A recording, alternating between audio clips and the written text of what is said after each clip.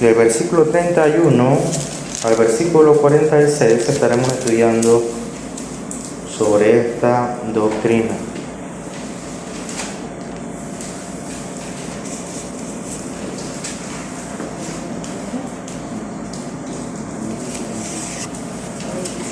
Mateo 25, verso 31.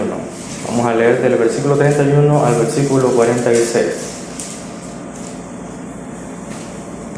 Dice la palabra de Dios: Cuando el Hijo del Hombre venga en su gloria y todos los santos ángeles con él, entonces se sentará en su trono de gloria y serán reunidas delante de él todas las naciones, y apartará los unos de los otros, como aparta el pastor las ovejas de los cabritos, y pondrá las ovejas a su derecha y los cabritos a su izquierda.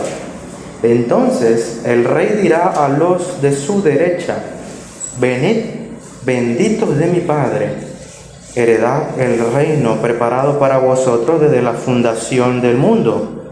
Porque tuve hambre y me disteis de comer, tuve sed y me disteis de beber, fui forastero y me recogisteis, estuve desnudo y me cubristeis, enfermo y me visitasteis, en la cárcel y vinisteis a mí.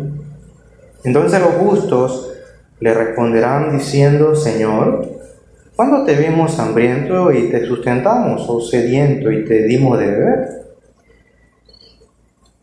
¿Y cuándo te vimos forastero y te recogimos, o desnudo y te cubrimos? ¿O cuándo te vimos enfermo o en la cárcel y vinimos a ti? Y respondiendo el rey les dirá: De cierto os digo que en cuanto lo hicisteis a uno de estos mis hermanos más pequeños, a mí lo hicisteis. Entonces dirá también a los de la izquierda, los cabritos: Apartaos de mí, malditos, al fuego eterno preparado para el diablo y sus ángeles, porque tuve hambre y no me disteis de comer, tuve sed y no me disteis de beber, fui forastero y no me recogisteis, estuve desnudo y no me cubristeis, enfermo y en la cárcel y no me visitasteis. Entonces también ellos le responderán diciendo: Señor, ¿cuándo te vimos hambriento, sediento, forastero, desnudo, enfermo o en la cárcel y no te servimos?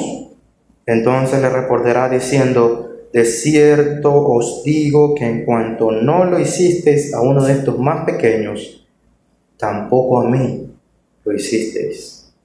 E irán estos al castigo eterno, y los justos a la vida eterna. Oremos. Señor, te damos gracias por tu palabra. Te pedimos, Señor, tu guía. Pedimos tu sabiduría, entendimiento, la asistencia del Espíritu de Dios, que nos dé la capacidad de comprender tu palabra y que ésta edifique nuestra vida.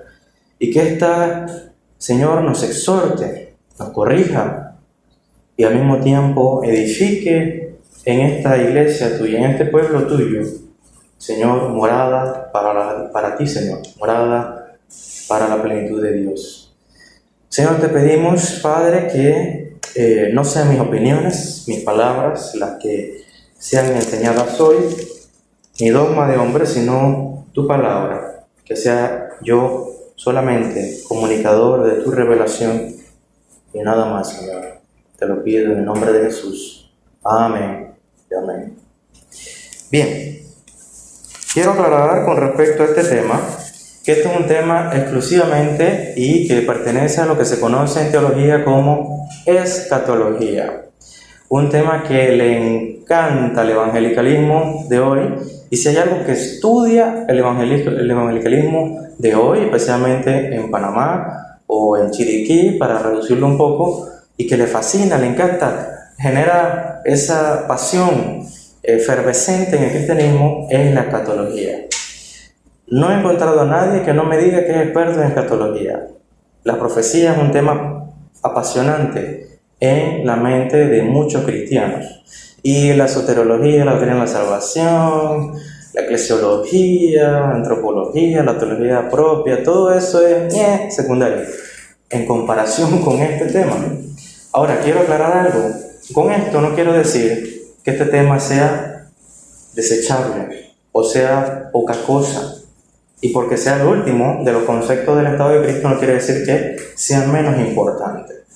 Pero sí he notado que el cristiano de este contexto, el contexto panameño, pone mucha atención al concepto de la profecía. Pero para otras cosas no es tan, ¿verdad?, pasional, no es tan efervescente su estudio. Incluso algo personal aquí, nosotros tenemos un grupo, unos hermanos tenemos un grupo, ¿verdad?, de hermanos de Panamá acá, y cada vez que hay un debate es de este tema, no es de otra cosa, no es de otra cosa. Todo parece que estamos de acuerdo en todo, menos esto. Así que yo trato de alejarme de esa pasión del debate escatológico.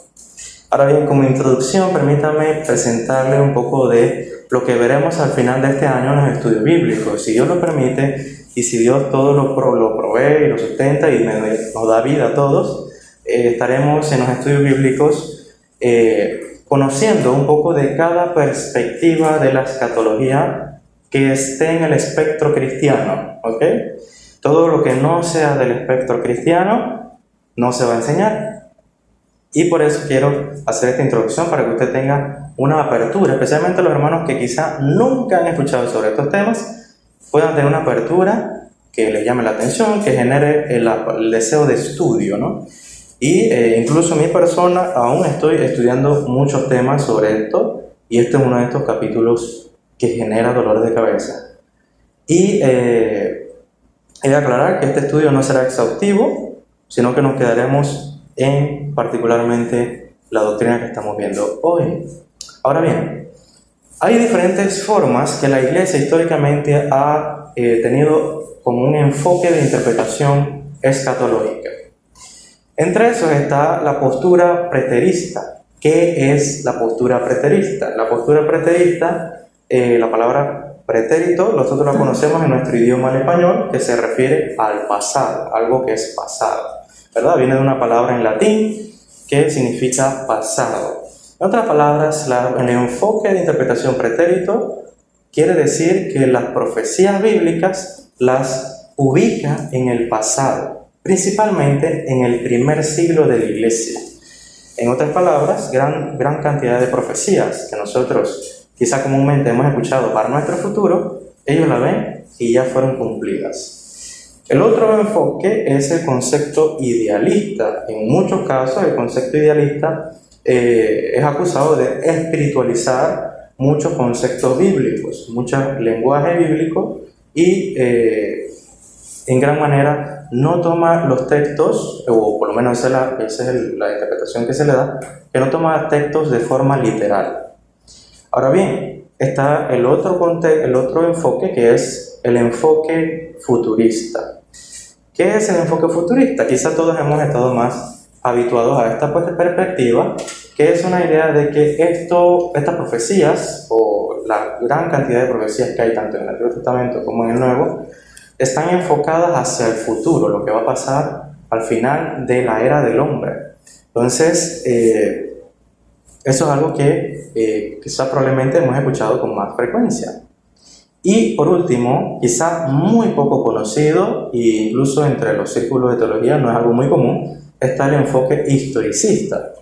Este trata de encontrar el cumplimiento de las profecías bíblicas a lo largo de la historia de la Iglesia. Por ejemplo, muy comúnmente ellos interpretarán que, algunos, no todos, pero algunos interpretarán que la bestia es el Papa, por ejemplo.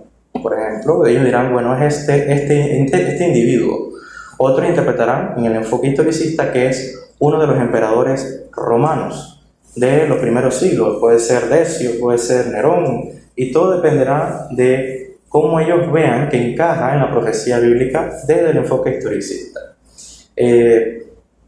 Y no quiero que se abrumen con todo esto, eso lo estudiaremos con calma en los estudios bíblicos al final de este año, pero quiero que usted vea esto ahora que vamos a abordar este versículo.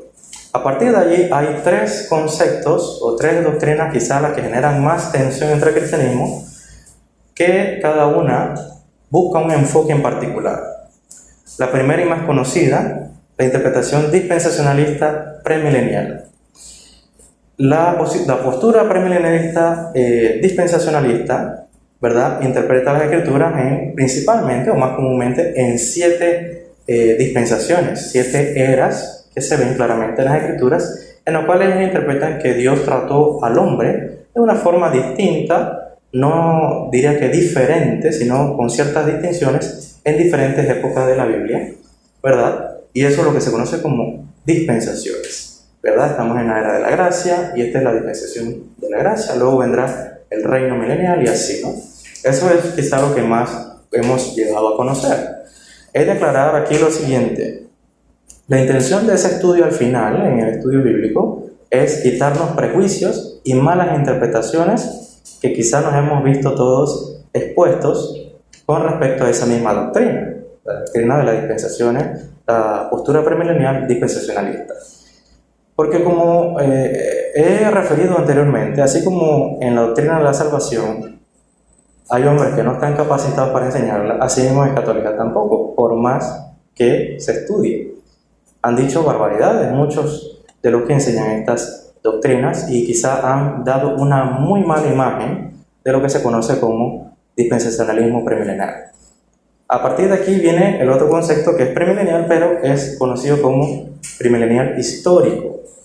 Hombres como Charles Spurgeon se identifican con esta postura, o se cree que se identifican con esta postura, ya que el dispensacionalismo es una forma de interpretación de todas las escrituras, ¿verdad? Y eso es más reciente, vamos a decir que unos 200, 300 años, como formulada, ¿verdad?, como doctrina, o como forma de interpretación bíblica. Anteriormente realmente no había un sistema claro, se conoce la teología del pacto, pero realmente eso es formulado para el tiempo de la Reforma, no antes, ¿verdad? Entonces aquí viene otras formas de interpretación con respecto al milenio. Estas dos posturas que dije enseñan, ¿verdad?, que el regreso de Cristo será antes del reino milenial de Cristo. El reino milenial, unos 1000 años literales que Dios reinará sobre la tierra juntamente con nosotros, ¿verdad? Un reino terrenal. Y en ese momento Cristo vendrá, reinaremos con Él y durante 1000 años, ¿verdad?, aquí en la tierra. Esa sería su segunda venida. Ahora bien, las otras dos posturas son la postura amilenial y la postura postmilenial. Y como les dije, todo eso lo estudiaremos con detalle al final en los estudios bíblicos. Amilenial, el concepto amilenial viene de una palabra compuesta, a, ¿verdad?, que es un prefijo que a normalmente implica no hay o no tiene. Entonces, milenio, que es al final, la parte que queda del término, quiere decir que no necesariamente que no hay milenio, ¿verdad?, sino que el milenio es espiritual, es en el reino de los cielos, en el cielo, y ese es todo un periodo no literal de 1000 años. En otras palabras, desde la venida de Cristo se inauguró el reino, y a partir de eso hasta su segunda venida, eso es lo que se conoce como el reino milenial de Cristo. Por lo tanto, aunque el término es confuso, porque no es que estamos diciendo que no hay milenio, ya que lo que dice la postura es que el milenio ya está inaugurado y Cristo reina desde el cielo. Aquí también hay algunas divisiones en la postura milenial.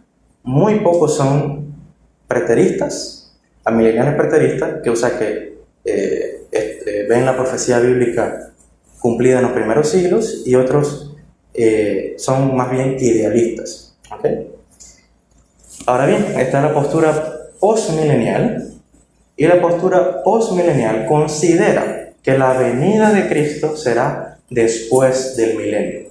Un milenio terrenal de 1000 años puede ser algunos consideran que son 1000 años y otros no consideran que sea literal de 1000 años, sino una era de prosperidad para la iglesia, una victoria visible en este mundo, donde la iglesia establecerá el reino de Dios en esta tierra, y eso se conoce como el reino de Cristo, el reino milenial de Cristo.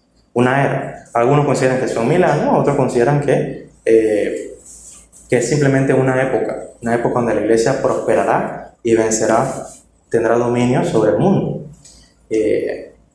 Y esa es la postura postmilenial, donde Cristo entonces vendría después de esa época de prosperidad para la iglesia, y por eso se conoce como postmilenial. O sea, la venida de Cristo después del milenio. Bien, los postmileniales normalmente son de dos posturas: historicistas o preteristas. He de aclarar una cosa aquí: hay preteristas totales y preteristas parciales. Los preteristas parciales son los que encajan en el espectro cristiano, y los preteristas totales son considerados por la Iglesia Ortodoxa, y por nosotros también debe ser considerado, como herejes. Personas que han dicho, por ejemplo, o han creído que Cristo regresó por segunda vez en el primer siglo de la Iglesia, y que usted y yo no estamos esperando nada. Entonces, eso va en contra de la misma fe de la iglesia en los primeros siglos. El credo de los apóstoles afirma que Cristo volverá por segunda vez. Estamos hablando de un documento sumamente antiguo. Y obviamente esa era la fe que se encontraba en los primeros creyentes todavía. Así que, evidentemente, la iglesia no interpretó las promesas del Nuevo Testamento como preterista total, como que todo ocurrió en el primer siglo. No lo interpretó así, sino que la iglesia de los primeros años todavía tenía la esperanza de su segunda venida en el futuro. ¿Okay? Entonces, obviamente, cada posición, las que he considerado, las que he hablado, tienen sus pros y tiene sus contras. Si no, no existieran. Si no, ya fuesen vencidas, ya hubiesen sido vencidas y obviamente desechadas. Pero obviamente cada una tiene sus pros y sus contras. Como he comentado anteriormente, creo que un día, cuando el día que Cristo vuelva, veremos nuestros errores, todos, tanto premileniales, postmileniales y amileniales. Algunos dirán, bueno, por lo menos le acerté en esto, ¿no? Pero en otras cosas no tanto. Lo que sí es claro es que la iglesia, tanto postmileniales, amileniales y premileniales, creen en la segunda venida de Cristo. Y eso es lo que nos une. Hay muchas otras cosas que nos unen en la interpretación. Por ejemplo, empecemos con nuestro estudio de esta mañana. Iniciamos con el versículo 31, cuando dice: cuando el Hijo del Hombre venga en su gloria, y todos los santos ángeles con él, entonces se sentará en su trono. Recordemos la predicación anterior, donde quedamos. Quedamos en una promesa que había sido hecha o recordada a los discípulos después de la ascensión de Cristo.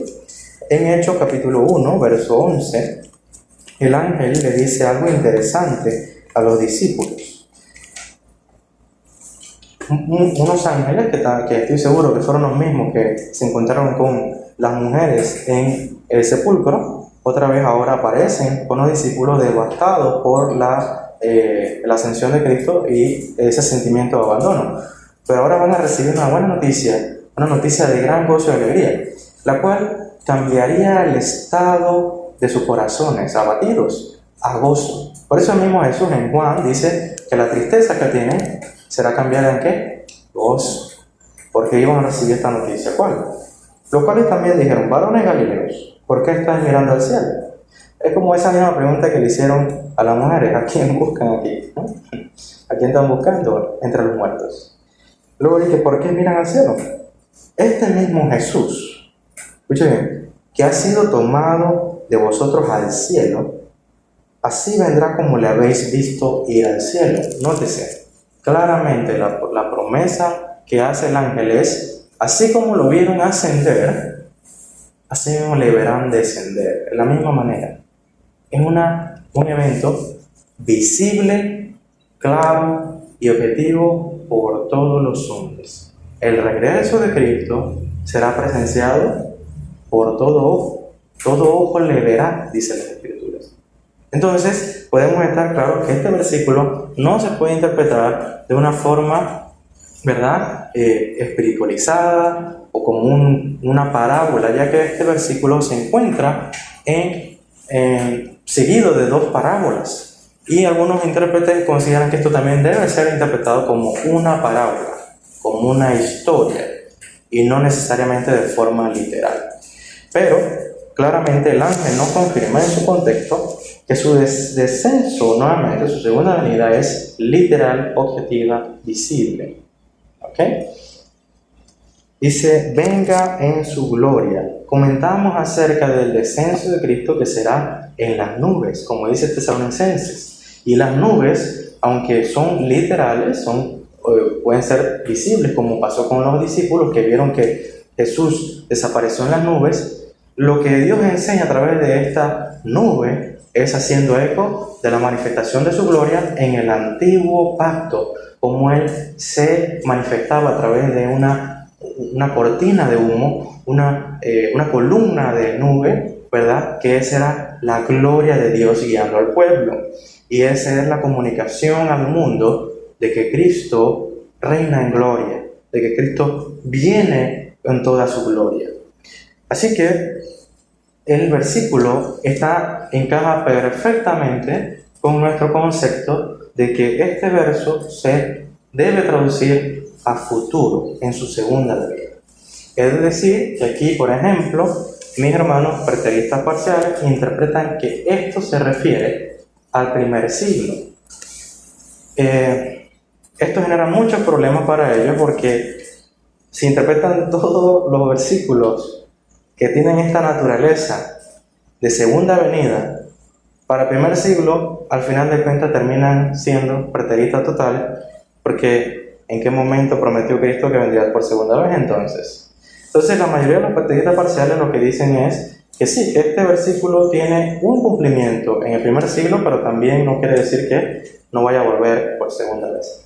Ellos interpretan que este versículo se refiere a la caída de Jerusalén en el año 70 y que la venida de Cristo en las nubes es una forma, ¿verdad?, profética que usaron los profetas en el Antiguo Testamento, un lenguaje profético para hablar de juicio. Cuando Dios venía en su gloria, Dios venía cabalgando. Este tipo de lenguaje contra la nación de Jerusalén es el que ellos dicen se usa aquí para decir que Cristo lo que está comunicando que no es su segunda venida, sino una venida de juicio sobre Jerusalén, sobre Israel. Y por lo tanto, ellos consideran que ese evento donde el Imperio Romano arrasó con Jerusalén, y habían varias guerras antes, en los años 60, 65, 68, hubieron guerras entre el pueblo de Israel contra la habitación que tenían el Imperio Romano en Jerusalén. Esas guerras tienen cumplimiento en Mateo 24, cuando había rumores de guerra. Ahora bien, tengo que admitir que a mí personalmente creo que parte de Mateo 24 sí tiene cumplimiento en el primer siglo, porque creo que Jesús es específico cuando Él habla de que no quedará piedra sobre piedra. Todo cuando le preguntan, mira los grandes torres y edificios que hay en esta ciudad. Ahora Jesús está siendo claro, preciso y conciso. Pero no es la única pregunta que los discípulos hacen. Ellos también hacen, es cierto, una pregunta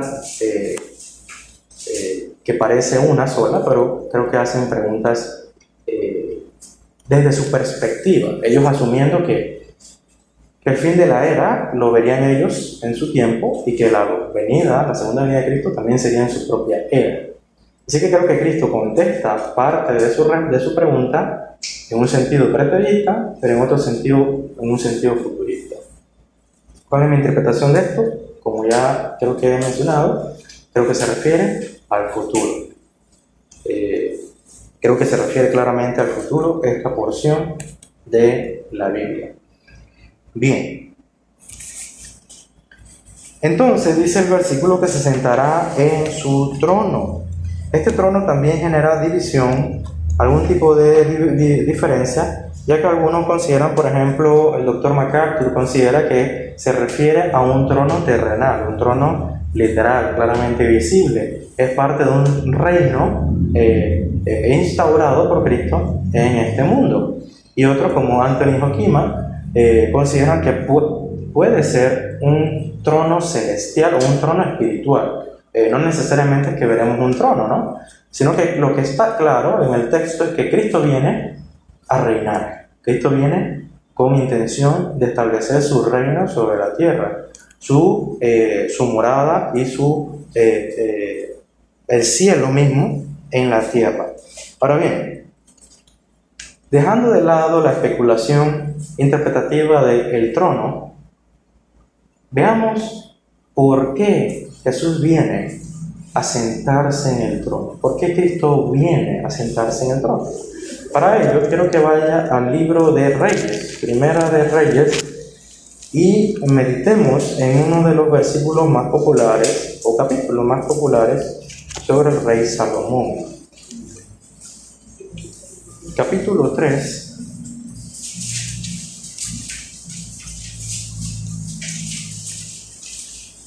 Y no quiero que olvide a Salomón, vamos a volver a él, pero aquí quiero que note algo importante, que tiene que ver con la petición de Salomón. Todos sabemos, hemos sido enseñados en la escuela dominical, que Salomón pidió sabiduría, ¿cierto? Todos sabemos esa verdad, pero a veces olvidamos los pequeños detalles de la petición de Salomón. Salomón pidió sabiduría, pero ¿para qué? ¿Ok? Eso es lo que vamos a contestar acá. Voy a leer desde el versículo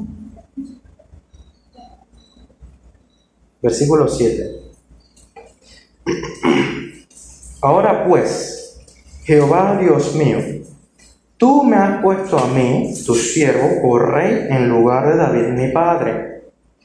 Y yo soy joven, y no sé cómo entrar ni salir. Nótese la humildad de Salomón, que está reconociendo su deficiencia y su incapacidad o falta de habilidad para tremendo trabajo que le espera. Ojalá nuestro presidente le hiciera lo mismo.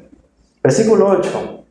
Y tu siervo está en medio de tu pueblo al cual tú escogiste. No es mi pueblo, es tu pueblo.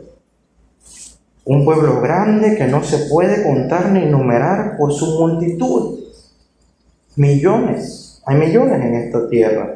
Estábamos hablando de un tiempo incluso vendría más prosperidad con Salomón, pero ya había éxito en el reino de David. Ahora bien, dice, versículo 9. Da pues a tu siervo corazón entendido. ¿Para qué? Para juzgar a tu pueblo. Para juzgar a tu pueblo y para discernir entre lo bueno y lo malo, porque ¿quién podrá gobernar tu pueblo tan grande? Me encanta esa pregunta de Salomón. Porque Salomón entiende que él no está capacitado para el trabajo. No tengo la capacidad, no tengo la habilidad. Necesito de ti, Señor. Necesito tu guía, necesito tu sabiduría, tu conocimiento para cumplir el trabajo de juzgar al pueblo. Y cuando me refiero a juzgar, se refiere a gobernar sabiamente y con justicia al pueblo. Conocemos todos aquel evento, uno de los primeros eventos que ocurre en el gobierno de Salomón. Cuando una madre viene y dice, mira, aquí está mi hijo, esta me lo quitó, bla, bla, etcétera. Ok, perfecto. Un pedazo para ti y otro pedazo para ti. ¿Verdad? Claro, Salomón no quería, ¿verdad? Aquí de repartir partes de niños a las madres. Él quería saber cuál era la verdadera madre, cuál era la verdadera que amaba a ese niño. Y cada una reclamaba, no, ese es mi hijo, no, este es mi hijo, no es mío. Así que la mejor forma de saberlo era probando el sentimiento de madre. Así que dice, bueno, pártanselo y se acabó el problema. esa no era la solución. Cuando la madre salta y dice, no, que se lo quede ella, que se lo quede ella. La otra, que no era la madre, dijo, bueno, me parece justo. Entonces fue donde Salomón dijo, quítala, hijo, y dénselo a aquella que ha querido preservar su vida. Esto era intencionado. Salomón estaba ahora capacitado por la sabiduría de Dios para emitir juicio sobre el pueblo, para hacer justicia al pueblo. Ahora nótese lo que entonces estamos nosotros estudiando. Cristo viene y se afirma en su trono sobre esta tierra. ¿Para qué? Para traer justicia a esta tierra, para juzgar en esta tierra. Uno de los problemas más grandes del ateísmo, mi querido hermano, es que no hay esperanza, no solo de una mejor vida en el futuro, no solo de recompensas en el futuro, sino que también, si alguien le ha quitado algo a usted, la vida de un familiar, si alguien ha hecho injusticia contra usted, usted se quedará en la desesperanza total de que se haga justicia. ¿Por qué? Porque los reinos de este mundo no hacen justicia justa o objetiva. Muchos de ellos erran en su aplicación de la justicia. Muchas familias hoy, muchas personas hoy, claman al cielo justicia, pero no la habrá si son ateos. O no la habrá, si realmente el ateísmo es verdad. Si el ateísmo es verdad, olvídese que habrá justicia. Pero nótese que el clamor de los hombres, el clamor de los incrédulos, no importa cuán ateos sean, cuán incrédulos sean, ¿cuál es? Justicia. Queremos justicia. ¿Por qué lo hacen? Sencillo, mi querido hermano. Porque han sido creados a la imagen de Dios. Y es porque han sido creados a la imagen de Dios que ellos quieren justicia. Y hay un gobernante que puede aplicar justicia con total objetividad, ni ninguna parcialidad, justo para cada uno. Y ese es Cristo. Así que la pregunta de Salomón, ¿quién puede gobernar a un pueblo tan grande? La respuesta es Jesucristo. Cristo es aquel que va a gobernar a un pueblo grandísimo, que no se puede contar con las manos, que es semejante a la arena del mar y a las estrellas del cielo. Solo Él puede gobernar a un pueblo tan grande, y lo hará con justicia. Ahora bien, volvamos al texto. Así que nosotros entendemos que independientemente de lo que entendamos del trono, lo que trata de comunicar aquí Mateo es que Cristo viene a gobernar con justicia en su segunda venida, a establecer juicio justo sobre la tierra, sobre este mundo. Y eso lo podemos ver en los versículos siguientes. Dice así el versículo 32. Y serán reunidas delante de él, ¿quiénes? Todas las naciones, y apartará los unos de los otros, como aparta el pastor las ovejas de los cabritos. Bien, aquí entramos en otro tema que puede ser de diferencia interpretativa. ¿De quiénes está hablando? Para algunos, como por ejemplo los preteristas parciales, se refiere a no todo el mundo en todas las eras o todas las épocas, toda la humanidad, sino que se refiere al pueblo gentil, ¿verdad?, del primer siglo y específicamente los judíos. Algunos solamente creen que son los judíos, porque las profecías del Antiguo Testamento parecían referirse solamente a el pueblo judío. Deuteronomio habla de que serían sacados de todas las regiones y volverían a reunirse en Jerusalén. Dios mismo los traería a Jerusalén. Deuteronomio, Zacarías, ¿verdad? Hablan sobre eso. Ahora bien, hay algo interesante sobre este versículo, sobre esta pequeña frase, todas las naciones. Las naciones, en Mateo, especialmente Mateo, cuando habla de las naciones, y Lucas también, se refiere al pueblo gentil. Así que nosotros podríamos decir, bueno, no, se refiere no a los judíos, sino a los gentiles solamente. Pero hay un problema con esto. No dice las naciones, dice todas las naciones. Y hay un versículo clave, que es aquel momento cuando Jesús le dice a los discípulos que serían aborrecidos por ¿quiénes? Todas las naciones. No las naciones, no los judíos, sino todas las naciones. Así que creo particularmente que esta pequeña frase se refiere tanto a judíos como a gentiles. Amén. Así que no podemos seccionar solo un sector, una comunidad u otra, sino que se refiere a toda la humanidad, a los gentiles y los judíos. Por lo tanto, esto es un punto a favor de la perspectiva futurista, de que nosotros creemos que eso se refiere a la segunda venida en el futuro y no del primer siglo. Bien.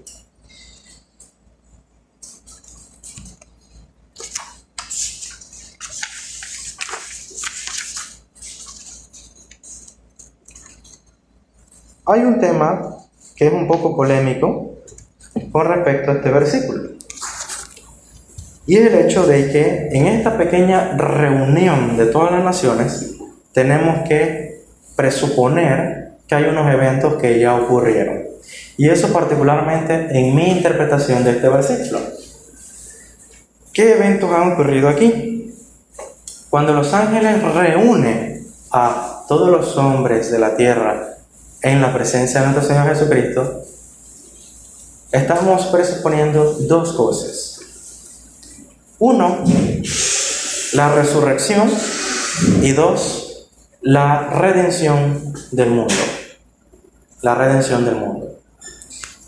Y estas dos cosas no aparecen explícitamente en el texto, porque asumimos que este versículo está presuponiendo este evento. Hay una distinción. ¿Y por qué?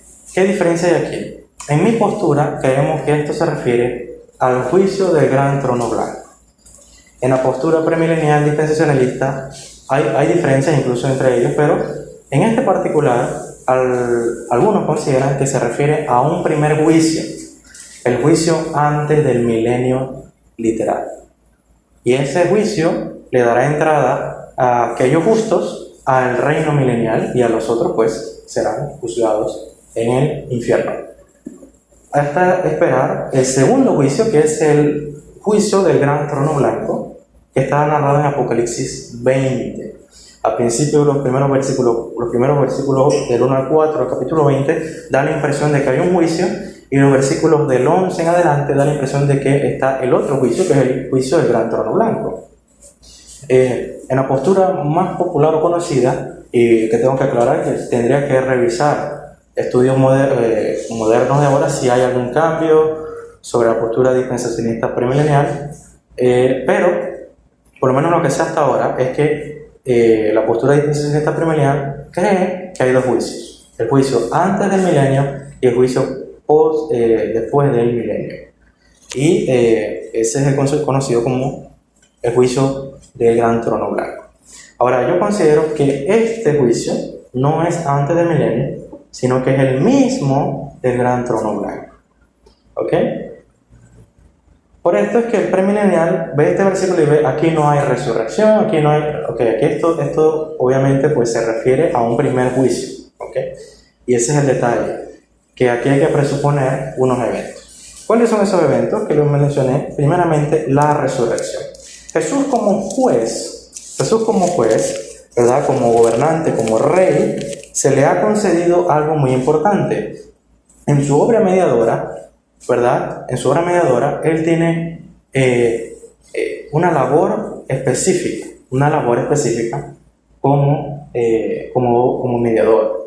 Ahora bien, su obra mediadora en esta tierra, y en su segunda venida, y por la cual nosotros la consideramos un estado de Cristo, se encuentra en Juan capítulo 5. Juan capítulo 5, versículo 29, dice lo siguiente.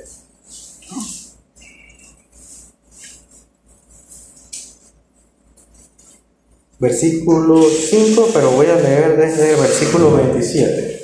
Dice: también le dio autoridad el Padre al Hijo. También le dio autoridad de hacer juicio por cuanto es el Hijo del Hombre.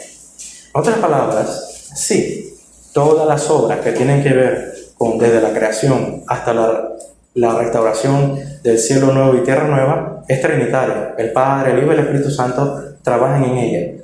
Pero la obra de juicio, la labor de juicio ha sido concedida a el Hijo. El Hijo se le ha concedido la potestad de juzgar. Por lo tanto, afirmamos que Él está sentado en el trono para juzgar a los hombres. Bien. Dice luego, y también le dio autoridad a hacer juicio por cuanto es el Hijo del Hombre. No os maravilléis de esto, porque vendrá hora cuando todos los que están en los sepulcros oirán su voz, y los que hicieron lo bueno saldrán a resurrección de vida, y más los que hicieron lo malo a resurrección de condenación. Esto es lo que nosotros presuponemos que se encuentra en la narración de Mateo, versículo 25. Cuando los ángeles reúnen a todos los hombres, a todas las naciones, están reuniendo ¿a quiénes? A los que viven y a los que han fallecido. Los que murieron en Cristo y los que murieron sin Cristo. Todos ellos son reunidos en frente del trono de nuestro Señor para ser juzgados por Dios.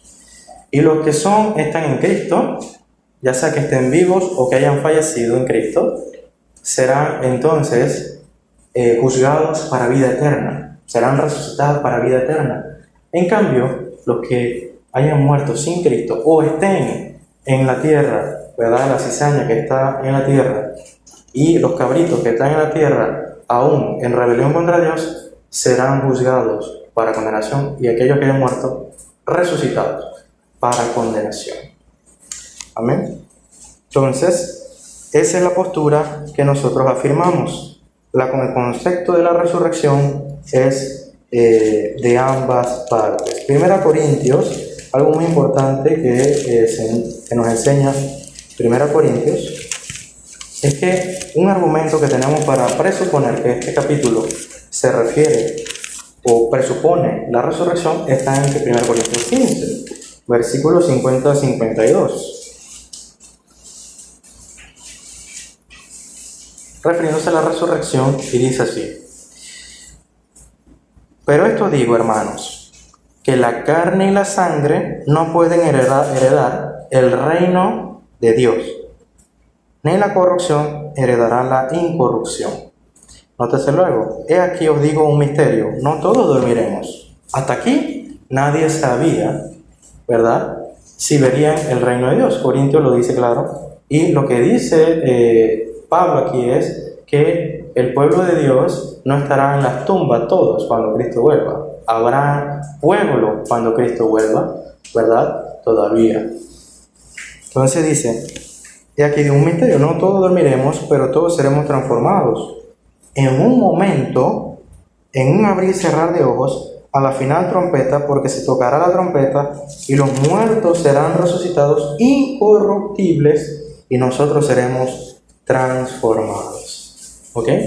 Bien, nótese el lenguaje de Pablo. Pablo dice, no van a heredar el reino de Dios si no son transformados. Si ustedes no son transformados, no lo podrán heredar. En otras palabras, habrá un cambio drástico en nuestro cuerpo, ¿verdad?, terrenal. Esto principalmente desde un sentido moral, porque nosotros seremos transformados, y entiendas esto, no al original del Edén, es algo más glorioso que eso. No es a la misma estado en que estaba Adán en el Génesis, sino algo más grande. No habrá la posibilidad siquiera de que usted vuelva a escuchar a la serpiente y diga, ¿por qué no otra vez? No. no va a pasar, no va a ocurrir, sino que usted será transformado completamente. Y el lenguaje de Juan me encanta. Cuando Él venga, le veremos tal como Él es. Y nosotros seremos como semejantes a Él. El versículo de Corintios nos dice que teníamos la imagen, ¿verdad?, terrenal, ahora tenemos la imagen de celestial. O sea que será una transformación radical en nosotros, radical. ¿Y por qué digo que presupone este versículo 25 a la resurrección? Porque el versículo 34 dice esto, de Mateo 25, perdón. Entonces, el Rey que está sentado en el trono, Jesucristo, dice a los de su derecha, a las ovejas. ¿Y quiénes son las ovejas? Juan 10 nos dice que es la iglesia, es su pueblo. Y de ellos hay judíos y gentiles. No hay dos pueblos, hay un solo pueblo, unido. Ya no hay ni judío ni gentil, ahora hay un solo pueblo. Y dice a los de su derecha, venid benditos de mi Padre, heredad el reino preparado para vosotros desde la fundación del mundo. Esta orden, porque no es una promesa que, bueno, esperemos un rato, ¿verdad?, y luego la obtenemos. No, esto es una orden.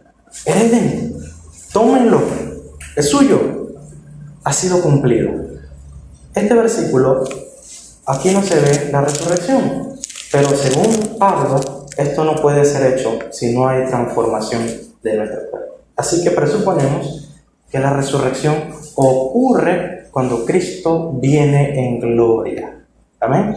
Hemos sido transformados en un abrir y cerrar de ojos. Los muertos en Cristo resucitan, los muertos en Cristo también resucitan, pero para condenación. Eso es lo que ocurre en este momento. Otra cosa que ocurre, que nosotros hemos dicho, es la redención del mundo. Este tema también es discutido. Algunos consideran que es la destrucción de la tierra hoy como la conocemos. Se destruye la tierra como la conocemos según el lenguaje de Pedro. Pedro habla en un lenguaje cataclísmico, donde parece que todo lo que conocemos, él mismo dice, el cielo será deshecho, la tierra será deshecha, y obviamente nuestros amigos preteristas entienden que eso se refiere a la destrucción de Jerusalén, que las murallas cayeron, toda la ciudad fue incendiada, y la misma profecía del Antiguo Testamento que ellos refieren como cumplimiento de la caída de Jerusalén, dice que habrá aflicción como nunca antes la habrá habido. Así que ellos hacen esa referencia a eso. A nivel personal, creo que sí hay cierta cumplimiento de eso allí, pero no todo. Lo que nosotros conocemos como el ya, pero todavía no. Hay algo más. Y específicamente porque para el judío ciertamente Jerusalén, ¿qué era?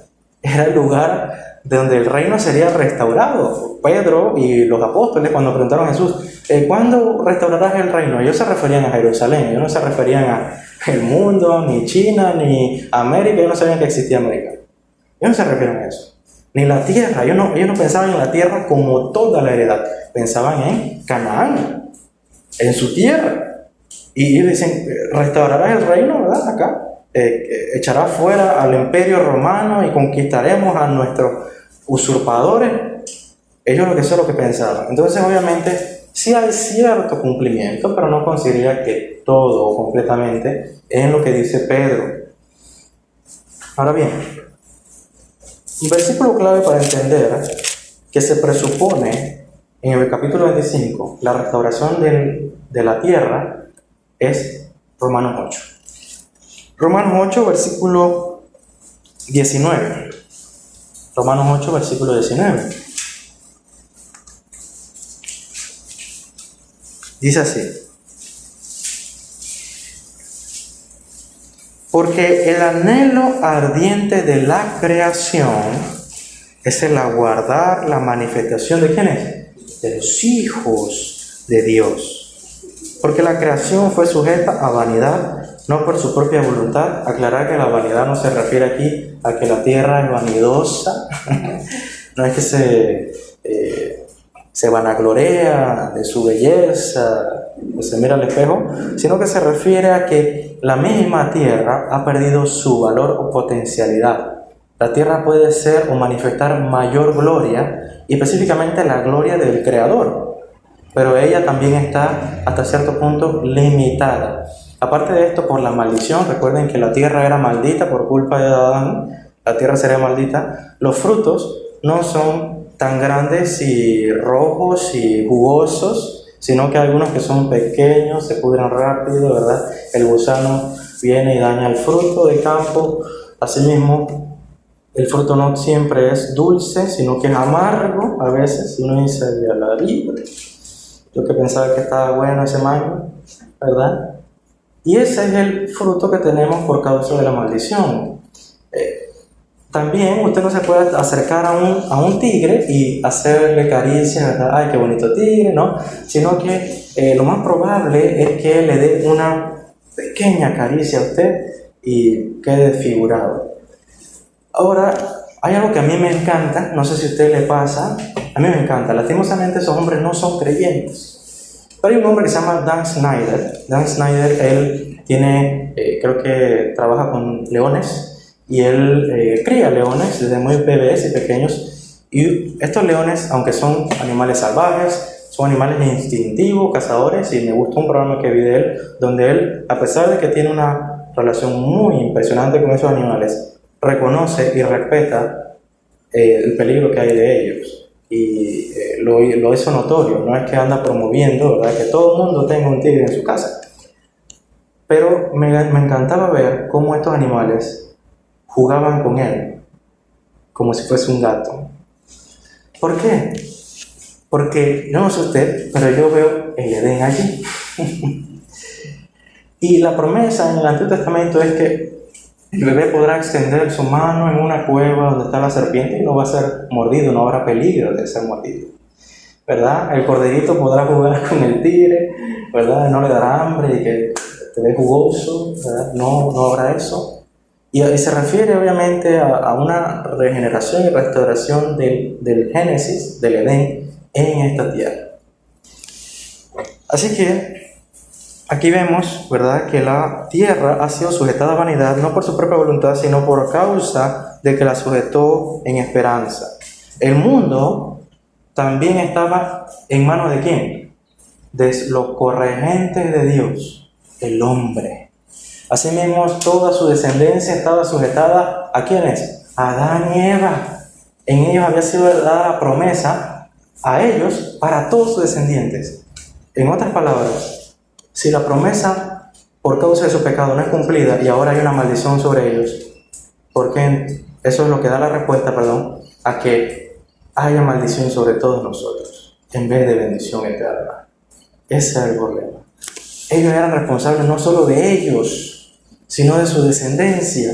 Y no solo de su descendencia, sino todo el huerto, todo animal, todo fruto, todo estaba en sus manos para cuidar.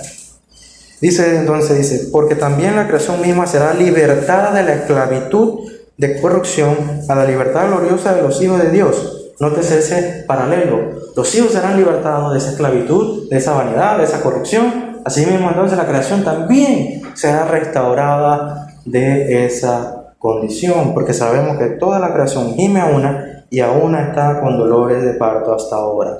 Y no solo ella, sino también nosotros. Obviamente, gritamos como el mismo Pablo en Romanos 7, ¿quién me librará de este cuerpo de muerte? Evidentemente no es que Pablo añorara la muerte siempre, sino que Pablo sabía que su cuerpo, cuando habla de su cuerpo, su carne, en sentido moral, se oponía a Dios, se oponía constantemente a la ley de Dios. Y lo único que a él le quedaba era descansar en la obra del Espíritu de Dios para ser santificado. Y él sabía que la redención de su cuerpo vendría en la venida de Cristo. Bien. Entonces, presuponemos, como dije, en este capítulo 25, versículo 31, que se dan la resurrección, la restauración de los hombres para entrar a la heredad del reino y al mismo tiempo la restauración del reino porque si no, no hay heredad donde entrar, ¿cierto? Así que la restauración implica que en esta tierra, independientemente de la interpretación, ya que algunos consideran que la tierra será destruida y habrá una nueva creación, otra nueva tierra, u otros consideran que es la misma tierra, pero habrá una transformación igual a nosotros. Ya que, por ejemplo, si usamos esos términos como paralelos, el hombre, no es que todos los hombres seremos destruidos y luego vueltos a hacer. Asimismo, la tierra no necesariamente tiene que ser destruida para vuelta a hacer. Ciertamente habrán eventos cataclísmicos, quizá, sí, los ha habido hasta el día de hoy. Sigue habiendo eventos graves meteorológicos, pero eso es causa de la misma maldición en la tierra. Si usted ve un huracán categoría 5 arrasando en una ciudad, se debe a eso. Se debe a eso. Bien. Ahora el versículo nos da algo hermoso en el versículo 34, capítulo 25, versículo 34. Nos dice nuestro rey, ¿a quiénes? A los que están a su derecha. Algo muy interesante que quiero aquí quitarle de su chip y concepto y esquema es la frase que es tan mal utilizada, Dios mío, ayúdame, que es que Jesús no hace acepción de personas. Ay, Dios mío, ayúdame para no meterme en problemas, Señor. Cuando esta frase es utilizada en el libro de Romanos, se refiere a ambas cosas. ¿Qué cosas? Juicio y salvación. Juicio y salvación. Pero el no hacer acepción de personas está en base a un contexto en particular. Y es que Dios no dice, los judíos, es que los judíos me vuelven loco, ellos nada más. No. Ahora Dios está diciendo a través de Pablo, judío y gentil, ellos son iguales ante mis ojos. Esos son iguales ante mis ojos. No hay uno mejor que otro. Ese es el contexto de no hace acepción de personas. Y entiendas esto, no va a hacer acepción de personas cuando los juzgue y los condene. Y tampoco hará acepción de personas cuando los salve. Esa frase sí ha sido mal utilizada, Dios mío. Para usted y yo no debemos hacer acepción de personas, claramente. Usted debe predicar a negro, blanco, amarillo, al que sea, porque Marcos dice a toda criatura. No le va a predicar el evangelio a su perro, sino a todo hombre. A todo hombre. Así que entendemos que eso es lo que quiere decir Jesús. Pero aquí vemos a un Cristo que según el concepto del mundo, el Cristo hippie, ¿verdad? El Cristo paz y amor, ¿verdad? No se parece a este Cristo. Porque este Cristo está diciendo, usted se me hace para allá y ustedes para acá. Ay, Jesús, estás haciendo acepción de personas. Yo quiero ir para allá. No quisiste, mi querido amigo. Y este es el punto de estas preguntas. A mí me encantan estas preguntas. Jesús, en un lenguaje ciertamente poético, dice que él estaba en una condición precaria. Y unos respondieron con caridad y con amor a esa condición precaria. Y otros, al verle en esa condición, no le ayudaron, no le asistieron. Ciertamente, usted y yo debemos ser generosos, caritativos y atender al huérfano, la viuda, a el necesitado, el pobre, ciertamente. Pero la pregunta del millón es, ¿a quiénes se refiere Jesús cuando dice a mis hermanos, a estos pequeños? ¿A quiénes se refiere? Se refiere, y es aquí donde quiero hacer eco para todos nosotros, se refiere a la iglesia. No se refiere al mundo, se refiere a la iglesia. ¿Por qué? Porque la salvación no es por obras. Usted no va a entrar al reino de los cielos porque usted es generoso, porque es desprendido, caritativo, no. Sino la respuesta que usted tiene a la enseñanza de la iglesia. ¿Y por qué Jesús dice que con Él? ¿Por qué se identifica a Él? Él dice, yo estaba en esta condición y tú no me atendiste.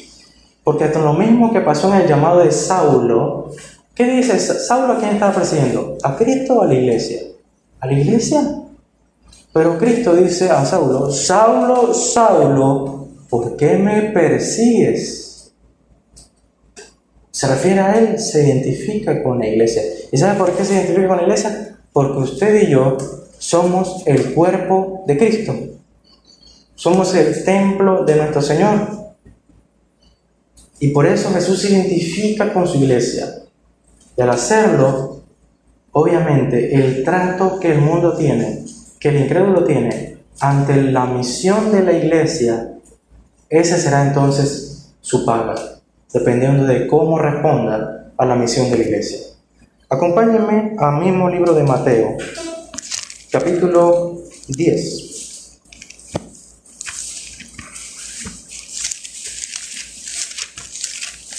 El mismo evangelista Mateo nos enseña a qué se refiere Jesús sobre esto. Primero vayamos al versículo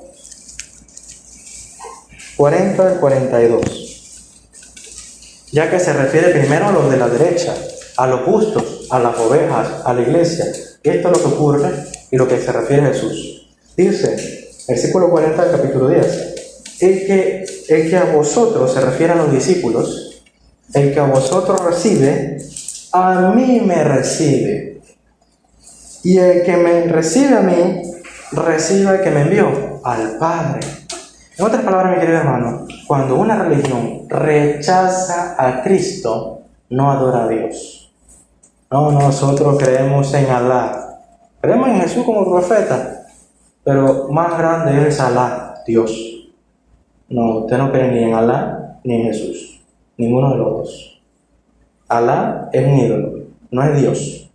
Tenía un amigo, un querido amigo, lo respeto mucho, pero una vez tuvimos una conversación, él tenía compañeros musulmanes y decía, yo he tenido conversaciones muy interesantes con ellos, y de verdad, mira, el Dios de ellos es el Dios de nosotros, nada más que ellos, bueno, tienen algunas diferencias. Y yo dije, hermano, estás en una frontera muy peligrosa.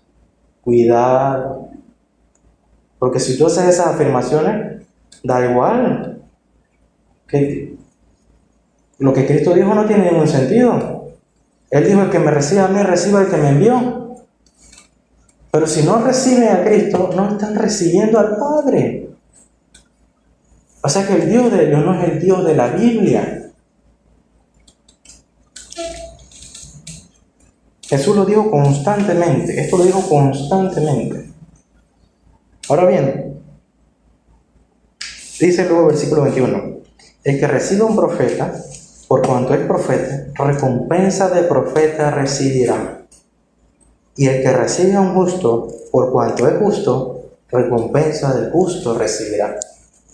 Y cualquiera que dé a uno de estos pequeñitos, nótese ese término, estos pequeñitos, un vaso de agua fría solamente, por cuanto es discípulo, de cierto os digo que no perderá su recompensa. Obviamente no se refiere a un recibimiento, pase adelante, no se preocupe, no. Se refiere al mensaje que lleva consigo. Como el carcelero de Filipo, que él no solamente cuando dice, ¿verdad? Cree tú y toda tu casa, no es solamente que místicamente, esotéricamente ellos van a recibir a Cristo, ¿verdad? No, ellos fueron a la casa. Pablo y Silas fueron a la casa y predicaron el evangelio en casa de esa familia y todos fueron salvos. Proféticamente Pablo lo entendía, Pablo sabía que Dios había escogido a esa familia por algo de Dios, que Dios solamente había revelado a él. No es que, ¿verdad? Tú y tu casa, ¿verdad? Seguirán al Señor y decláralo y eso pasará. No.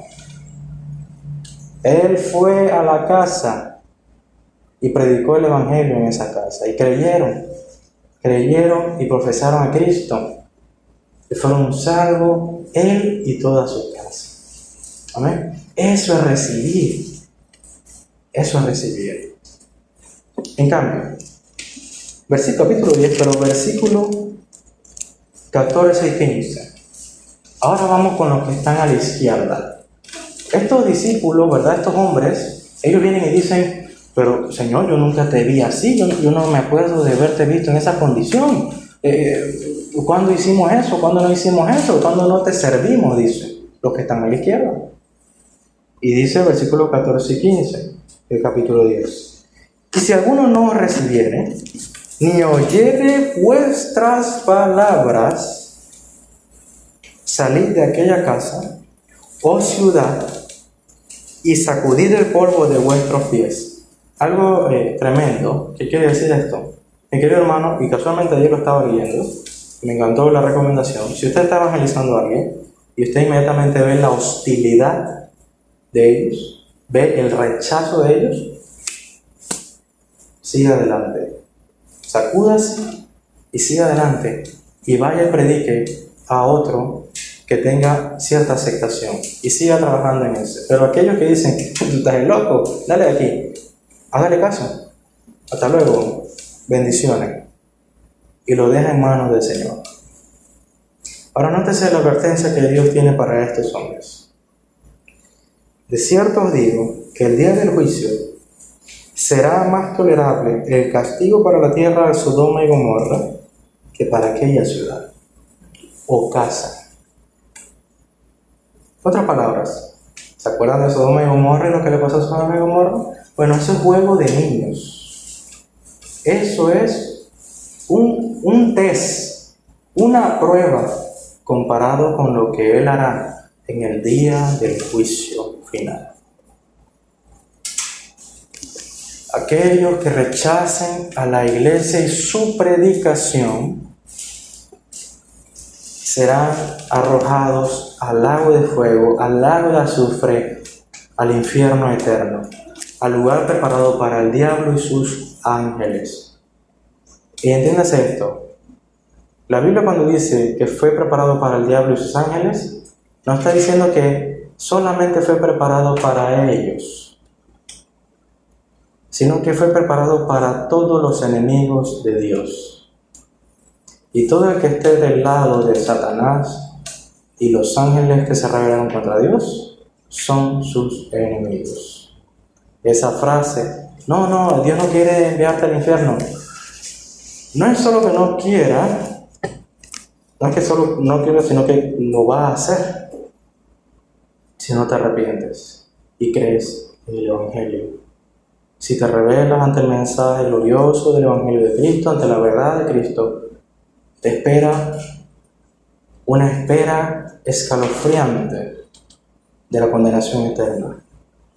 Ve que este Jesús no es paz y amor, el Jesús hippie, muy diferente. Este es el Jesús que habla Apocalipsis, que tiene en sus túnicas sangre de sus enemigos. El que dice los salmos que pondrá a sus enemigos por estrado de sus pies. En otras palabras, se lo digo de otra forma un poquito más entendible, los va a pisotear, pondrá su pie sobre ellos. Como dice el libro de Proverbios, se burlará de ellos, se reirá en su condición. Eso no suena mucho a él. Es un hippie, pero sí suena mucho a nuestro Rey de Reyes y Señor de Señores. ¿Y por qué esto es importante para nosotros? Algunos podrían obviamente sentir pavor de esto y decir, qué feo, Jesús, no, Jesús, relájate un poquito. Pero, mi querido hermano, Dios no ve la injusticia, la mentira, la idolatría, el asesinato, el odio como poca cosa. Y le voy a decir, por más que usted le deje escalofrío eso, usted tampoco. Ni el más ateo de los ateos. Todo hombre se indigna ante estas cosas. Y yo he visto mucha cantidad de hombres que dicen, ese hombre merece la muerte. Y ese hombre merece que lo maten por violar a esa niña. Y ese hombre merece que lo desmembren. Yo he visto hombres así diciendo esto. ¿Por qué?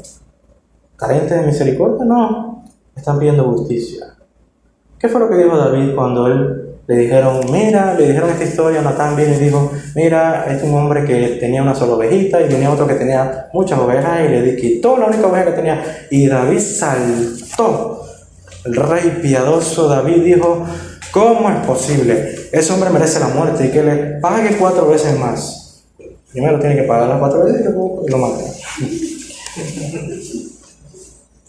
Pero Natán le dice a él, David, tú eres ese hombre. Betsabé era la oveja y Urías Eteo era ese pobre hombre. Tenía una sola oveja en su cuidado y tú fuiste y se la arrebataste. Dios no le quitó la vida por pura misericordia a David en ese momento. Pero si usted lee el libro de Samuel, usted se va a dar las penurias que vivió David después de eso. Años sin comer, meses sin comer, años desnutrido, pegado a los cuernos, pidiendo misericordia del templo. El Salmo 51 nace de ese pecado. El 38 y 34 nacen de ese pecado. Porque había visto su pecado y sabía que él merecía todo el peso de la justicia de Dios. Usted y yo no vamos al reino de los cielos porque somos buenos, porque somos sumamente justos, o porque hemos pedido justicia a Dios. Dios, haz justicia. Porque si pedimos justicia para nosotros, créame que la obtendremos. Estamos en el reino de Dios, o entraremos al reino de Dios cuando nuestro rey diga, este es el reino, heredad del reino, es suyo, es todo suyo. Será por pura gracia y misericordia, por lo que Cristo ganó en la cruz y en la resurrección y en su trono. Será porque Cristo en su trono intercedía por nosotros, por siempre. Este sermón se llama la exaltación, el estado de exaltación, el retorno del rey. Ese título no es casualidad. Si usted es fanático de El Señor de los Anillos, probablemente recuerde ese título. La tercera película, para los que han visto la película, se llama así, El Retorno del Rey. La película o la novela ha sido escrita por un hombre católico llamado J.R.R. Tolkien. Y toda la serie, desde el nombre de ese grupo de viajeros llamado la comunidad, en inglés, the fellowship, en otras palabras, la congregación. Desde la muerte de Gandalf el Gris hasta su reaparición como Gandalf el Blanco, en un corcel blanco, hasta la muerte de Frodo, destruyendo el anillo y su sacrificio en la agonía más grande, hasta en las puertas de Mordor, hasta la coronación de el rey Aragorn en Gondor. Yo sé que lo estoy hablando en chino, algunos, pero es claro que el escritor J.R.R. Tolkien colocó y plasmó las verdades de su cristiandad en la historia del Señor de los Anillos. La victoria del bien sobre el mal.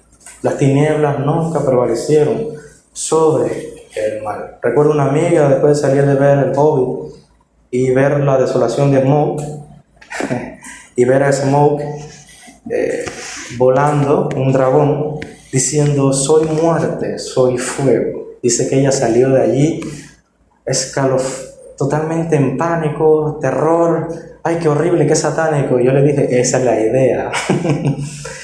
Y la idea era porque Smaug sería vencido y era una representación de la muerte, una representación del mal.